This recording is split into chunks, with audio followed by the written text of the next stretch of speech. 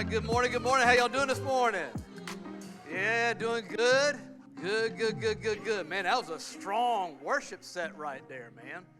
Hey, let me tell y'all how much Pastor Dave loves you. When we shot that video you just watched, it was absolutely, bar none, the coldest wind chill day on record for Charleston. So I don't know how his mouth was moving. I think if you look closely, it really wasn't. Like words were coming out. But man, it was freezing cold. So I know it looked all nice and warm and beachy and all that. It was not. But he is super excited about that series. It's going to be so good. The book of Ephesians is such a good book. So March is going to be a phenomenal, just great lead up to Easter. And the Can You Relate series has been amazing. How about Megan and Luke? Week 1 talking about dominate the distance. I love that, like when you're aware that there's something there, like you're just not as close as you used to be, or there's just like something, a wall has gone up or whatever. Don't, sit back and don't be passive about it. Dominate the distance, take the steps, be intentional. Be intentional and go and do what you have to do. And then Bo and Alice last week were hilarious, really talking about a serious subject, which is managing our expectations, because a lot of times, most of us, our expectations are so much higher than real life. So I thought they did just a great job of not just helping us with that, but also helping us have a little fun with that. So today, I want to talk to you about, can you relate to Jesus? I know, it's a church. That seems cliche, but this is my premise. My premise with that is that I think there are a lot of people, that know about Jesus and are even Christians. They've accepted Christ into their heart, but they really have a hard time relating. Like if you were to talk about how do you relate to Jesus as a person, and I think that's hard for the average person. That's why I'm thankful for Cathedral, because the way that we do our messages and the way we teach the Word of God and the way we teach about who Jesus is goes beyond just He died on the cross for your sins, because most people can't relate to the creator of the universe. So the Jesus Christ, who was in the beginning, was with God. And everything was created through Him. And without Him, nothing was created that had been created. He was with God in the very beginning. He created everything. I think it's hard for us to relate to somebody like that. But there's clearly a passage in Philippians where it talks about the fact that Jesus had a point where we were in trouble, we needed to be rescued. He laid all of that down and came to earth as a baby. More importantly, to be a human. The Bible says that Jesus was fully God and fully man. And it's the man part that you and I need to learn how to relate to, because He wants that with us. He really does. He doesn't want you just to be somebody who believes in Jesus. He wants you to be changed. And I can't go much further because I just talked about Jesus coming to earth as a little baby. And if you don't know, my wife and I recently became brand new grandparents to baby Archer. Look at that. Yes. Typical granddad. Hey, this would be a great chance to show you some pictures. There you go. I've only got about 52 more on my phone, but I'll spare you. That's a good collage right there. We are so over the moon with Him. But think about that now. Jesus, the creator of the universe, comes to earth as a baby.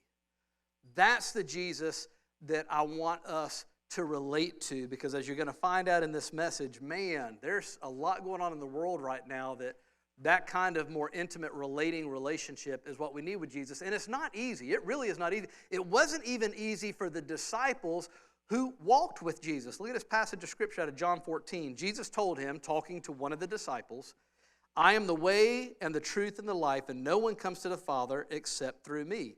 If you had really known me, the connotation there is an intimate knowing. If you had intimately known me, you would know who my Father is. From now on, you do know Him and have seen Him. An important part of what Jesus did when He came to earth was to show us the heart of the Father. There's a lot of things you read in the Bible that can look like God is just wrathful and angry and just ready to drop the hammer on you any moment. And part of Jesus' mission was, let me show you the true heart of my Father. And He clearly says, if you've seen me, you've seen the Father. So to really know someone means that you have an intimate relationship with them. That can be with a spouse, But you can absolutely have an intimate relationship with your friends, with your family, your siblings, with coworkers, with your neighbors even. Intimacy means you just move beyond the surfacey kind of up here relationship.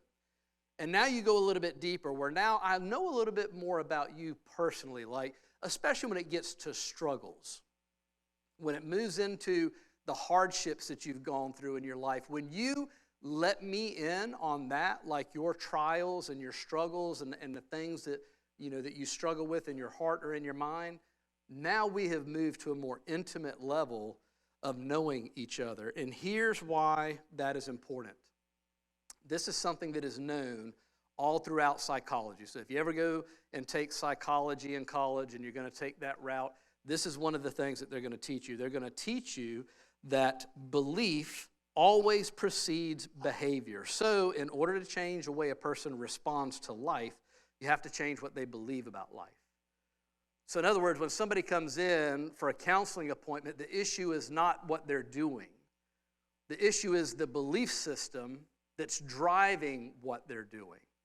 So if you want to change that behavior, you're going to have to somehow figure out a way to find out what their belief system is. And so in the first week of Growth Track, step 1, which is Know God, we talk about how the fact that you and I are created in the image of God, and there are 3 parts to us according to the Bible: body, soul, and spirit. Our body, just our flesh and blood body that we live in, that we're only going to live in here on earth.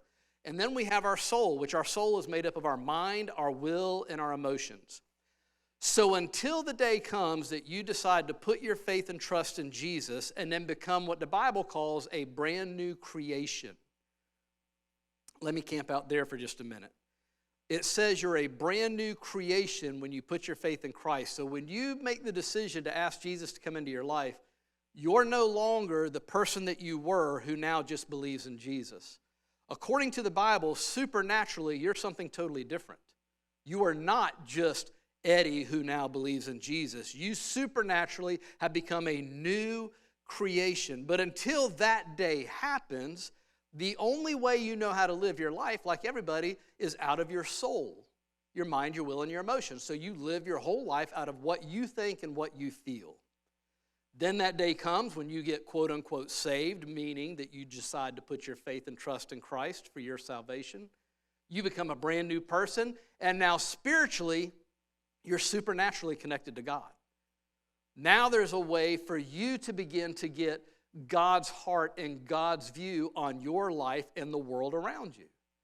And that is His desire. That is His design for us. And so that's what we're going to talk about today. We're going to talk about becoming more intimately connected to Jesus. And here's the reason why.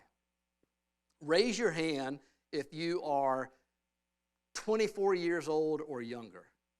24 years or younger. Yes, bunch of them over here. Love that. 24. Now keep your hands up. Don't put it back down. Keep them up for just a minute. So according to the U.S. Census Bureau survey that happened in March of last year, half of all the hands that are up in the air right now struggle with some type of anxiety or stress or depression disorder. Half. 1 out of every 2. Y'all can put your hands down. Everybody who's 25 years and older, raise your hand, hold them up. According to those stats, every hand that is up right now, 1 in 3, 33% of you suffer with the same thing. Some type of anxiety, stress, or depression disorder. If you don't know, those are very high numbers. If you go back and look at the statistics, just as early as 2015, they were dramatically lower. We're talking in some cases 60% lower.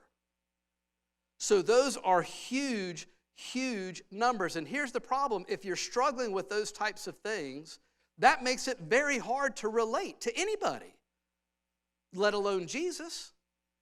And that's not any kind of marketing thing. I'm just stating a fact. Like if you're having to fight something like that, you've only got X amount of energy and X amount of life. And if you're having to invest X amount of that over here trying to manage and cope with life, dealing with that only leaves so much to be able to relate and connect. And so my theory is, if we can get more intimately connected with Jesus, then perhaps there's a way that there's a heart change that happens in us that helps us with that. And like I said earlier, the way you get to know somebody intimately is you get to know what their struggles were. And Jesus struggled. Jesus had struggles. Again, I know I'm breaking a paradigm there. I think that we just think Jesus went through everything he did, and it really, there were some hard things, but I mean, he's Jesus Christ, the Son of God. But we're going to read in the Bible that Jesus experienced the hardships in life that we experience in the same way that we have experienced them. Let's look at anxiety and stress. World War II, they did a very interesting study, psychologists again. They studied the men that were fighting in World War II. This is what they found. With the infantrymen, the men that were boots on the ground in combat, after 60 days of being in combat, they were completely emotionally dead. I'm not saying that word. That's the word that's in the research paper. Like emotionally just blank. There's just nothing there after 60 days of combat. And of course, I don't need to tell you why. If you've ever watched a show like Band of Brothers, you know why. Here's the interesting stat. That one I don't think surprises anybody. The one I think is very surprising is there was another group of men that had a higher mortality rate than the infantrymen. These were what were called the dog fighters. These were the pilots who flew the planes and would end up in these dog fights with, the enemy. So it's like one-on-one, you're fighting. Their mortality rate was 50%. So in other words, if we were in World War II and we gathered all the men and we had about 30 guys who were going to fly planes and we flew out on a mission tomorrow morning, out of the 30, only 15 are coming home. And they knew that. Yet, they had a 97% satisfaction with what they were doing. They were not emotionally dead. If anything, they were the opposite. They were excited. They were fired up about the position that they had and the job that they did, even though every time they flew out, it was literally flip a coin as to whether or not you come back. Heads you do, tails you don't. 50-50. The difference? A perceived being in control. They're in their cockpit, surrounded by all the gauges that tell them what's going on, and all the controls are in their hands. So they had the perception of their fate being in their hands, even though it wasn't. Because the mortality rate doesn't lie, 50%. So that perceived control gave them that level of comfort, so that gives you some insight into where stress and anxiety comes from. It's the sense of not being in control. And I think if I asked this question, you would 100% know the answer. How much of your life are you really in control of? How much of what other people do are you in control of? Zero. Nothing. No sense of control. Here's the thing with Jesus. Jesus was no stranger to that exact thing, that sense of not being in control and it getting so bad to where the stress and anxiety caused him to experience something probably even worse than most of us have. This comes out of Matthew chapter 26. This is Jesus in the Garden of Gethsemane the night before he was crucified. It says he took Peter and Zebedee's two sons, James and John, and he became anguished and distressed. And he told them, "My soul is crushed with grief to the point of death." Those are Jesus' words. And so there's probably a lot of people in here that you can identify with that.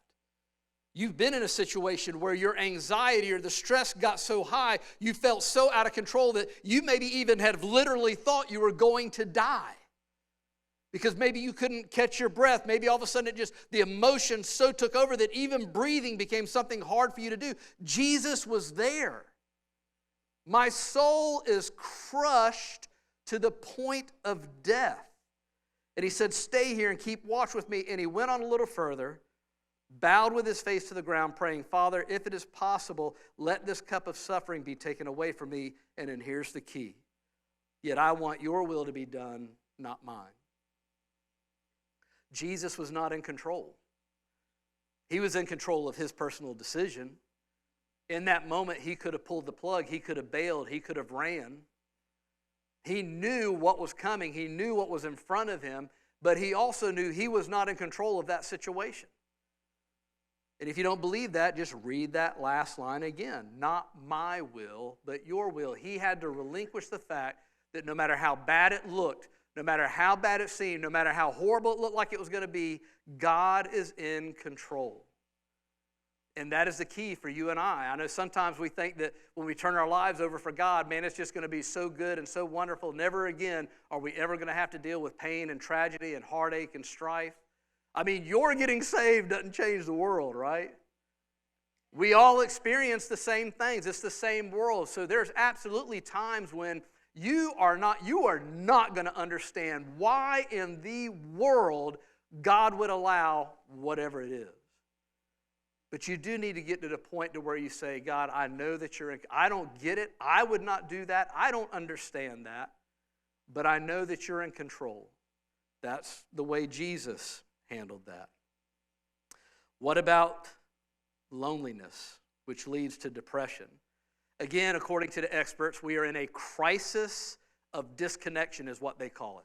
They're talking about loneliness, but they call it a crisis of disconnection. And you know what's driving it and making it worse? Now, they've proven this. This is not just somebody's opinion. What is driving and making the level of disconnection and loneliness worse? Social media. Which kind of is backwards, right? Because and here's the deal. The deal is you have people that are already lonely and they're so desperately wanting these likes and these follows. And when they get them immediately, there's this sense of gratification. There's this sense that, okay, yes, somebody's on my side. They're with me. Then immediately you realize, but that's not real. The follow means nothing. The like means nothing. There's no real flesh and blood person here. So what's driving our culture further and deeper into loneliness is social media, and they say what counteracts that is social interaction. Flesh and blood interaction. That's why I love, like for these young guys over here, we got a See You group, Cathedral Young Adults. And if you're in this room and you raise your hand and you're 30 years or younger, man, you need to be in that group. You need to go online. You need to do whatever you got to do. Find one of these guys. Go over there and ask them about it. Get in that group. They're meeting every single week. Just something like that, just getting around people that have the same kind of values and beliefs that you have can do wonders for you feeling isolated and alone. And if you say, man, I'm older than 30, we got tons of groups. There's tons of groups on our website that you can go online. You can sign up. I know it can seem scary. I know it can seem freaky. I know that a lot of y'all in your head, you're like, man, I ain't going to none of them groups. They probably sit around and chant and like vape weird things and stuff like that. No, they're not doing that. These are normal people. They're people just like you. Matter of fact, all these people leading groups, it was a journey for them to lead a group. For them to get up the courage to say, oh, because what if I decide to lead a group and nobody comes? Which is real. That happens, right? And so we coach them through that and we help them through that, but they're normal people just like you. There's groups on there for people that want to study the Bible, for ladies that just want to have fun, for men's groups. There's all kinds of groups. Find you something and get plugged in. Now for this passage of Scripture, so remember what we're doing, we're kind of looking at these moments in Jesus' life. It's almost like if you and Jesus had a conversation and you were walking with him and he just shared these moments with you that are from his life. When you walked away from that conversation, you would feel like you knew a side of him that you had never known before. Like if he shared with you about being in the garden and what it felt like. And the same here, this loneliness piece, again, is from the crucifixion, but this is actually when he's on the cross. Matthew chapter 27. It says, at noon, darkness, which that darkness means darkness of night, fell across the whole land, all of the earth, until 3 o'clock. Stop right there for just a minute. What would you think if we got out of church and you headed out of here in just a little bit and it was completely dark? I don't mean eclipse dark. When it said darkness fell over the whole land, that was not an eclipse. It was darkness of night. The sun was completely blotted out by something for 3 hours around the world. And when you read some of the extra biblical texts, the texts that record those moments in history, but they're not in the Bible, they describe a chaotic, horrific event that had people groping around in the dark, completely freaked out, and even this sense of terror and darkness. For 3 hours. What was that? I don't know. But I don't want to experience that. Have you ever gone into like one of these caves in the foothills of South Carolina, North Carolina, or whatever, and you go down in a cave and they've got the path all lit up and then they turn the lights out and you can't even see this? That's the darkness. Jesus has been hanging on the cross and it has now been 3 hours of that kind of darkness. And it says at about 3 o'clock, Jesus called out with a loud voice. Now look at that word in the Greek. Those are actually the Greek words. It's not in the Greek, it's not pronounced phone, it's phone. There's a little accent on the E. So it's megaphone. Now, what does that look like? Megaphone. After 3 hours, Jesus wasn't up there whimpering. Oh God, where are you, Lord? Lord, why have you forsaken me? No, that's why you need to pay attention when you read. There's exclamation points. Megaphone, my God, why have you forsaken me? And then he breathed his last. That's what he experienced. That's the loneliness that he went through.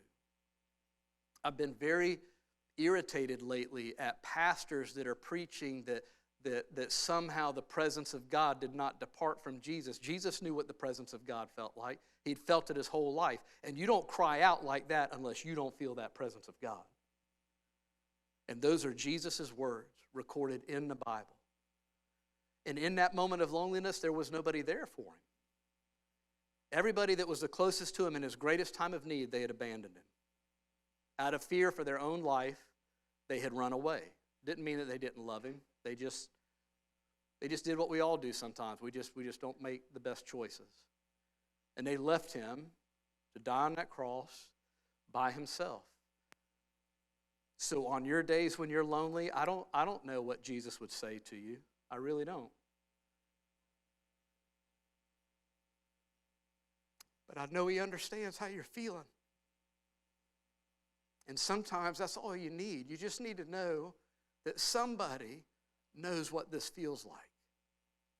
And Jesus 100% knows what this feels like. So the question becomes, to go back to week 1 and Megan and Luke's message, how do we dominate the distance between us and Jesus? That Jesus. Because I think there's a big distance between our head knowledge of Jesus. We all know, I say we all know, everybody in here that professes to be a Christian, we all know that Jesus Christ was the Son of God, that he sits at the right hand of the Father in heaven, that he created all the heavens and we know all of that in our head. But there's a distance when it comes to this intimacy. How do we move Jesus from what you're hearing me say right now in these passages that I'm reading in this sermon on this stage and get it from here to here, where now it can really do what God says the Bible does? God said his word is alive and living. And he says when you take the time to get into it, it gets into you. And when it gets into you, it changes you supernaturally. It's not about you correcting behavior, about you doing right or wrong. It's about you supernaturally being changed on the inside. And the only way, personally, I think that happens is you have to move to a more intimate setting.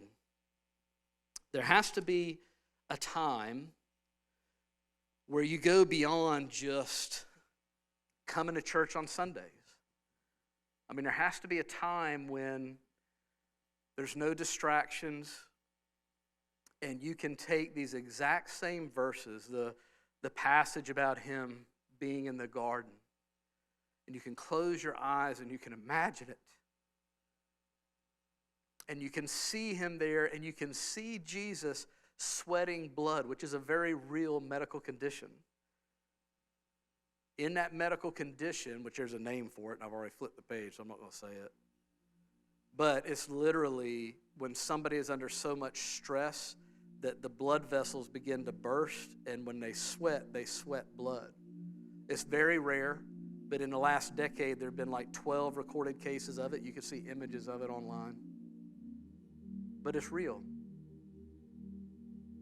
So when he was sweating blood, it wasn't because he was Jesus. It wasn't because he was trying to do something that nobody else had done. It's because the stress and the anxiety of what was about to happen was so on him, was so just pressing down on him.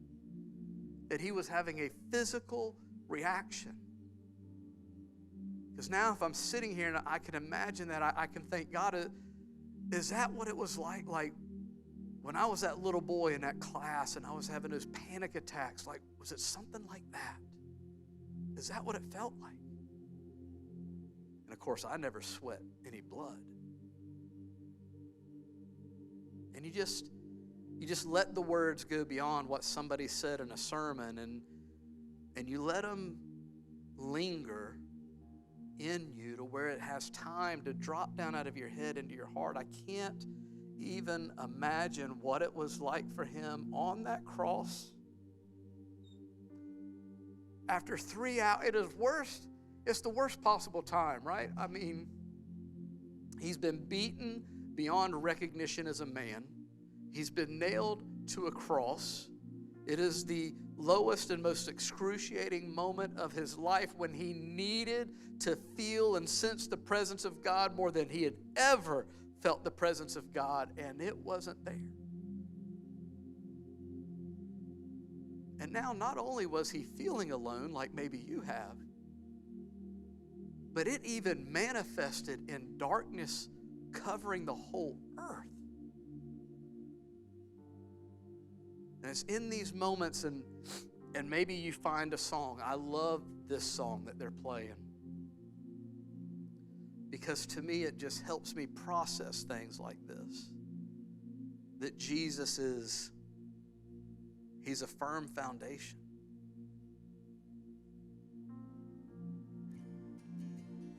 He's somebody you can trust.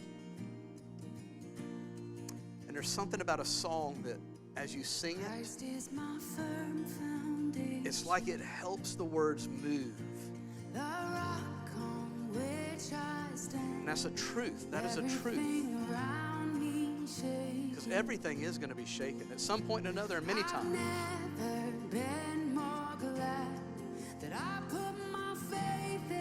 And that is true. I have put my faith in him. And he doesn't. He doesn't let you down. Never.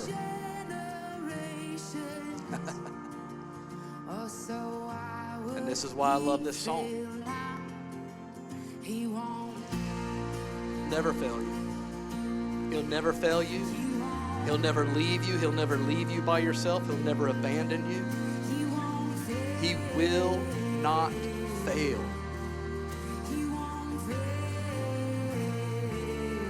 But sometimes we just need those words to move down.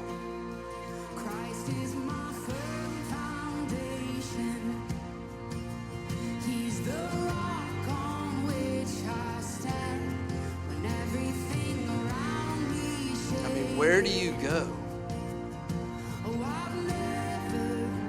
If you go to him, you're never disappointed. Never disappointed.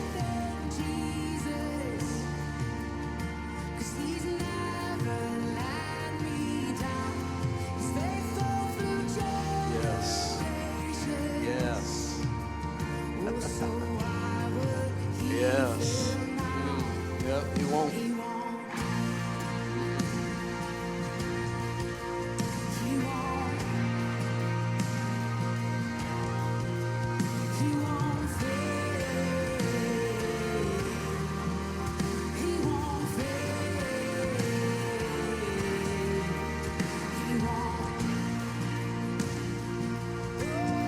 Begin to feel things moving. You begin to get that sense of peace. Yes, that's supernatural. Supernatural. That's right, it does it because it's supernatural. Nope. Doesn't matter what happens. That's right. That's right. Yes.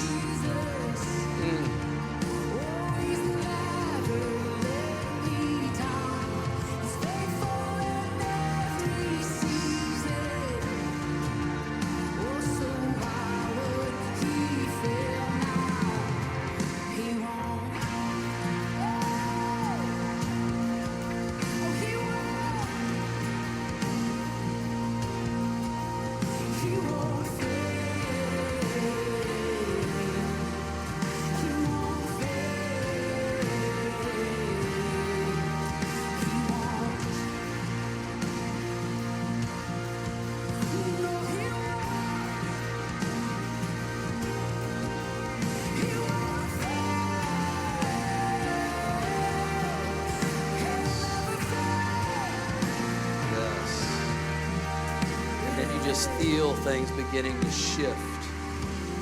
It's like the burdens, the cares, the concerns, the things that just had you just so wound up, so tight. It's like they just start slipping away. Even though what you're singing about is the truth, you're singing about, oh, the winds are going to come. They're coming. Yeah, they're coming. But my house is built on Christ. Yes. Yes. 100% I'm going to make it. I might not be able to see it, but I know I'm going to make it because my life is built on you. You are in control. You love me unconditionally. You're not going to abandon me. You're not going to leave me by myself. No matter what I see, no matter what I'm going through, you are walking with me through it. I just have to trust you. I have to put my faith in you. I have to believe in you. Yes.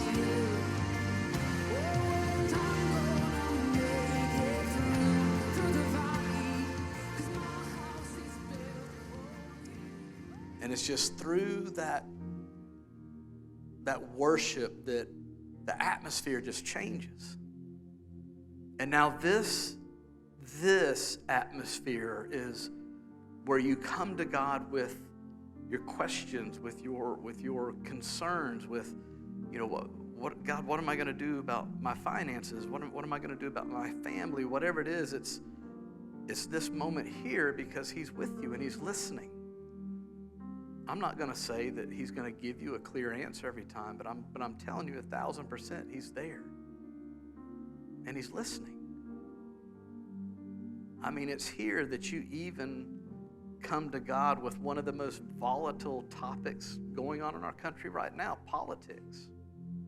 Say, oh, daggone it, he had to mess up the sermon with the politics. Well, I mean, just think about it, right? Because if we're in this epidemic, which we are, of anxiety and depression and stress and loneliness, what is the one thing that is pushing us to be more isolated, pushing us to have more anxiety, pushing us to be more stressed, if not politics?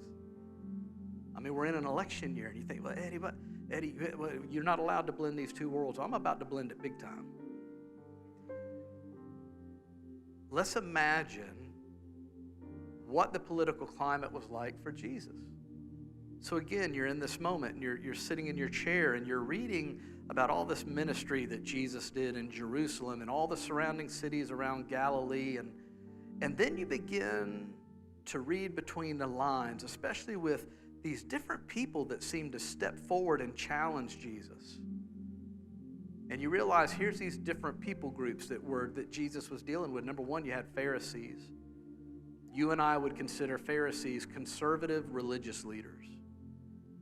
And these conservative religious leaders had become corrupt. And in their corruption, they were now putting unjust rules and regulations on the people. They had taken the 10 commandments and made them 10,000, making it nearly impossible for anybody to ever have a sense of being okay with God. Just manipulating people and taking advantage of them. And then you had the Sadducees. The Sadducees were the wealthy aristocrats. They were in charge of the temple, and they had a very vested interest in Rome's continuing power, and that interest was wealth in their pockets. What did they do? Oh, man. They did religious taxes and fees. Hey, thank goodness, as Cathedral, we're not putting any religious tax on you guys. Last I checked, we got no religious taxes coming out your paycheck. That's what the Sadducees did, religious taxes and fees. Then you had the Zealots. Who were the Zealots? Just these random groups of people living up in the hill country, like these little militant, groups, and every now and then, you wouldn't know when, they'd just come down into the cities, they'd stir up the crowds, they'd start riots, they'd try to overthrow the local governments, and then caught in the midst of all them are the Samaritans. Who are the Samaritans? They're just the hardworking people that lived there. Different ethnicities, races, social statuses. They're just trying to live their life. And so what was Jesus' political climate? Well, he had these corrupt conservatives putting unfair pressure, using the Bible as a weapon against people. You had the Sadducees that were just putting unjust taxes and fees on the people. And on top of all that, there was this constant threat of random violence erupting at any moment between these different factions of people for no apparent reason. Does that sound familiar? That was the political climate for Jesus. Okay, Eddie, get to the part where you tell me what side I'm supposed to be on. That would be this part right here. Matthew talked about it in chapter 5, and this is how he addressed it. He said, "You've heard the law that says, love your neighbor and hate your enemy. But I say, love your enemies. Pray for those who persecute you. In that way, you will be acting as true children of your Father in heaven, for he gives his sunlight to both the evil and the good, and he sends rain on the just and the unjust alike. I mean, if you love only those who love you, what reward is there for that? Even corrupt tax collectors do that much. And if you're kind only to your friends, how are you different from anyone else? Even pagans do that." Jesus challenged them all.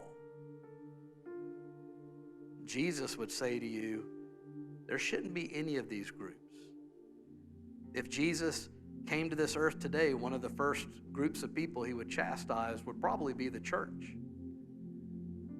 He'd probably say, explain to me why y'all have a Baptist, a Southern Baptist, a Methodist, a Lutheran, a Presbyterian, a Catholic.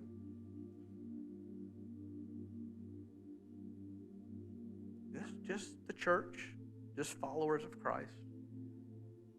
Now, in this whole politics thing, hear me right. I'm not saying don't get involved with politics. I'm not saying that at all. I'm not saying don't do your civic duty. You should. You should vote. You should absolutely vote. I will be voting. But I am saying where you make those decisions of who you're going to vote for need to come from right here. My personal conviction, this is my Eddie Tilley's personal conviction. When people start talking to me about candidates, there is one passage that I use in the Bible to help me weed out 90% of people that run for political office. You find it in Psalm, where David said, "You made all the delicate inner parts of my body and knit me together in my mother's womb. Thank you for making me so wonderfully complex. Your workmanship is marvelous, and how well I know it. You watched me as I was being formed in utter seclusion, as I was woven together in the dark of the womb. You saw me before I was born, and every day of my life was recorded in your book, and every moment was laid out before a single day had passed."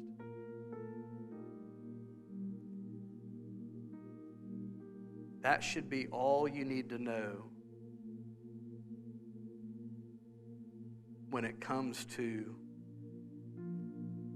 who should be running the country. Well, Eddie, oh my gosh, we're all sinners. And I get that. We are. You're absolutely right. We're all broken. We're all flawed. This is not about looking for somebody that's perfect. But I can't consciously vote for somebody, a person that believes that any person gets to subvert the Creator's desire for a life. Because God himself said, I create all life and I give all life mission and purpose.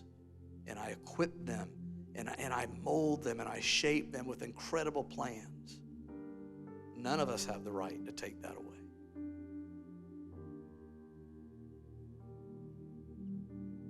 These are the moments where you have to make tough decisions. But there's nothing like being in a moment like this and you're looking at whatever your situation is, and maybe you don't get an absolute clear answer on what to do, but you get peace. Now you're not frustrated, you're not aggravated, you're not anxious, you're not stressed out. It's like you suddenly touch the truth that God has got you. He's got you.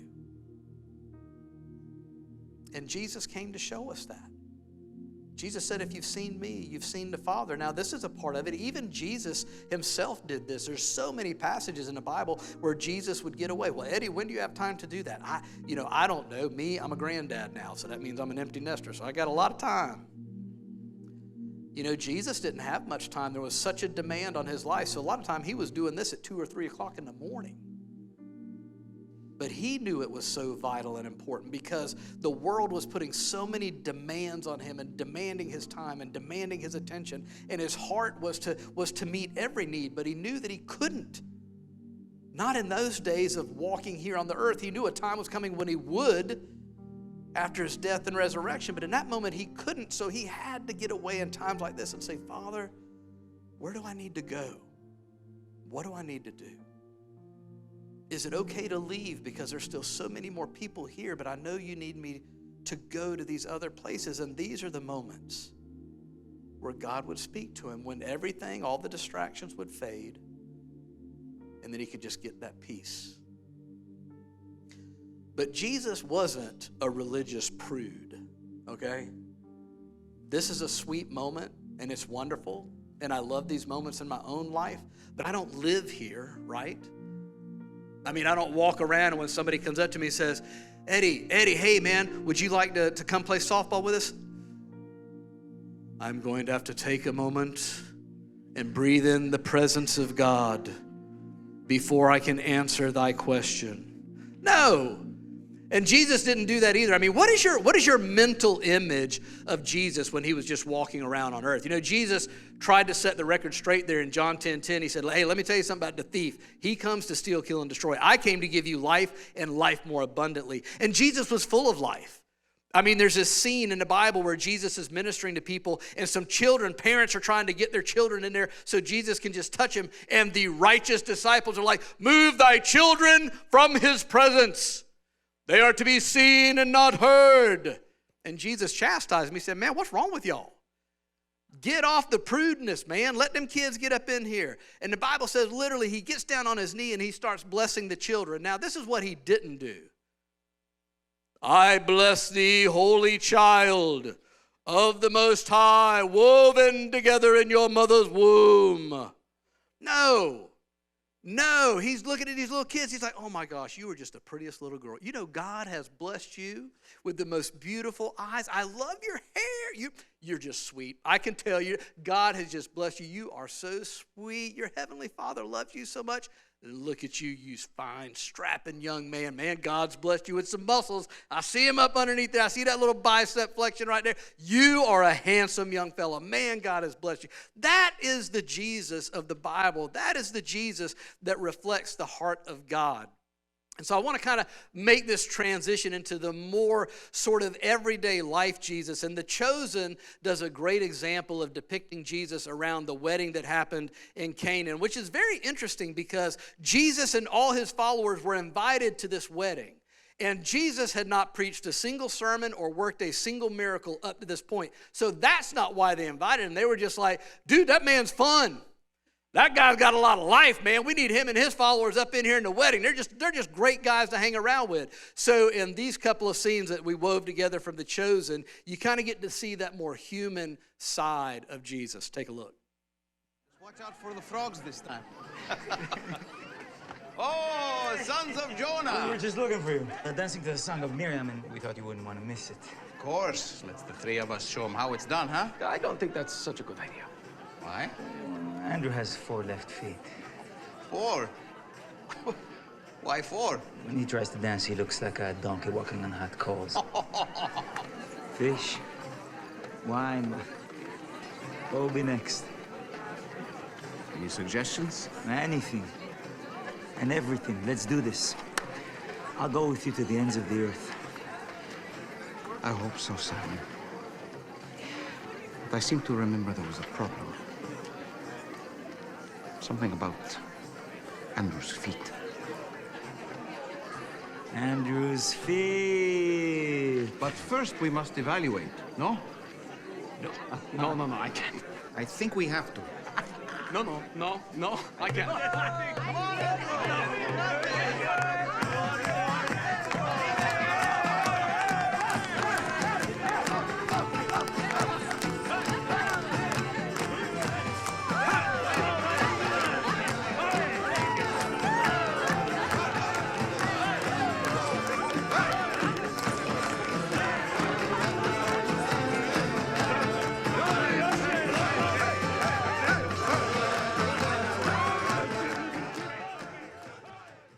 I love that because that's such a huge part of why Jesus was attractive to so many people. Part of it, yes, it was the miracles that he did. It was the way that he presented who God was, but it was more about the life that came off of him. They'd never experienced that. Everybody's image of God came from the Pharisees and the Sadducees and couldn't have been any further from the truth of who the real God is. So having fun is important.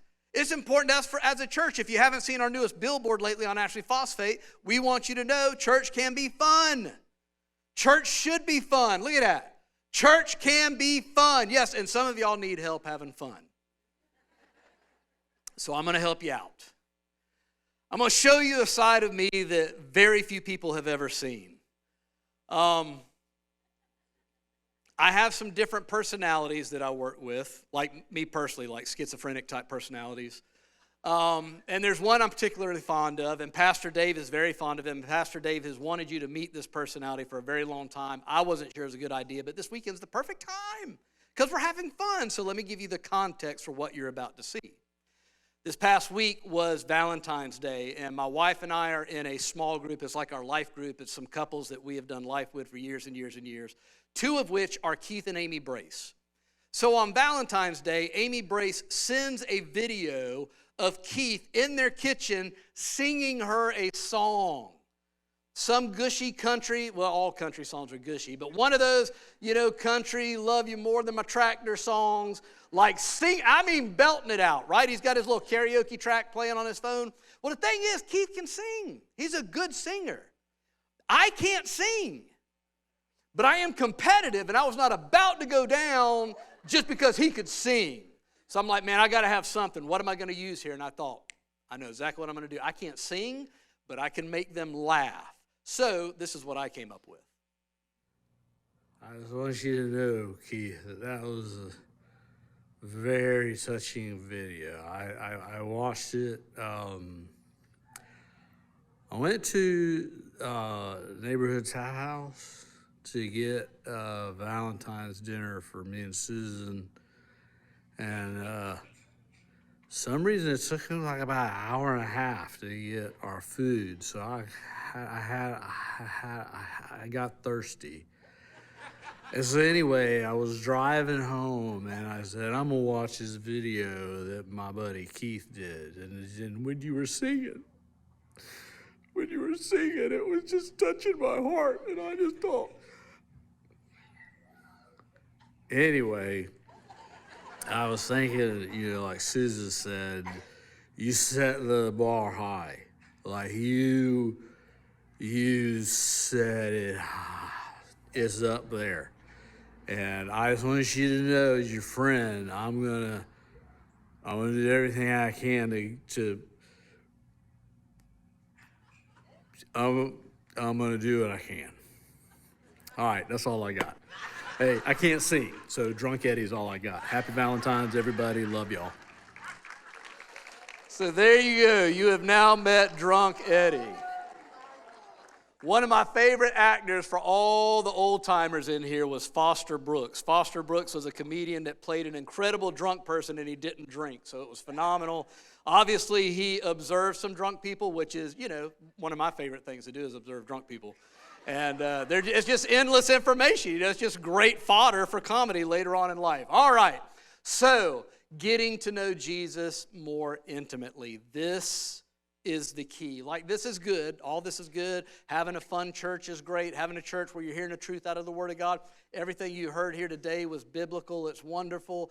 But it has to have time to get down deeper. And the time is when you take control of that calendar and when you take control of your life and you say, I'm not going to let life run me. I'm going to take control of my life and I'm going to carve out time for just me and Jesus. That could be through reading His Word, through listening to worship, or you have to figure out what works for you. We were talking in between services. It looks different for everybody, but the most important thing is that you figure out what works for you. All right, so before we leave, I've got one more fun thing I want to do. I want to celebrate Cathedral Academy. If you didn't know, we have a school. We actually have a preschool that goes from birth to 3 years old, and we have a school that goes from K4 to 12th grade. And this year, Cathedral Academy has been breaking all of its records. Let me give you some records that we've broken. We just had re-enrollment. Re-enrollment is where the parents that already have their children here, before the school gets opened up for anybody to enroll, they get the opportunity to re-enroll their children. This past re-enrollment, our re-enrollment percentage was 87%. 87, yes. So we had an 87% re-enrollment. The first week that we opened it up after re-enrollment, we had 51 new applicants and more coming in. Our current enrollment is 400 students, the highest that we've ever had. Yes, give them a hand, give them a hand. And then it's basketball season, so our boys varsity basketball team just finished up the regular season 23-9. Our girls varsity team finished up the season 19-6, which means they both won their divisions. They both get a bye in the first week of the playoffs, which is happening this week. And ironically, Cathedral was honored to be chosen by SCISA, South Carolina Independent School Association, of being the only local campus here in the Charleston area to host the state playoffs for that first round. So yes, give them a big hand. It's funny because we're hosting for the first round and we've got the bye week, so neither one of our teams are playing in the first round. But that's just good stuff. If you would like to know more about the academy, there's a table set up right out there in the foyer, and they'd be glad to answer any questions you might have. Stand to your feet with me if you would. Next week, we will have some other numbers for you because I forgot to get them for this service, but we have a couple of players who have shattered their lifetime record numbers on scoring, and that's one of them right there. Jalen Almeida, and then I think there's one other one. But anyhow, they've done an amazing job. Yeah, Claire Griffin. So phenomenal. We'll get you more information about it, but we just want to celebrate them and celebrate Cathedral Academy. I want to bless you with the awareness that Jesus wants to have an intimate relationship with you. I know that you know him. I know that you know of him, but he really wants to get to know you, the real you, not the perfect you, not the come to Sunday church you, not to you when you're doing good. He wants to get the nitty-gritty you. When you're in your worst moments, he's had those worst moments too, and he wants to get to know you so that he can strengthen you and encourage you and help you get through those times of need in your life. I bless you with the awareness that you're taking that kind of light into that kind of a world which desperately needs it. So go out there, let your light shine. God bless you. We'll see you next Sunday.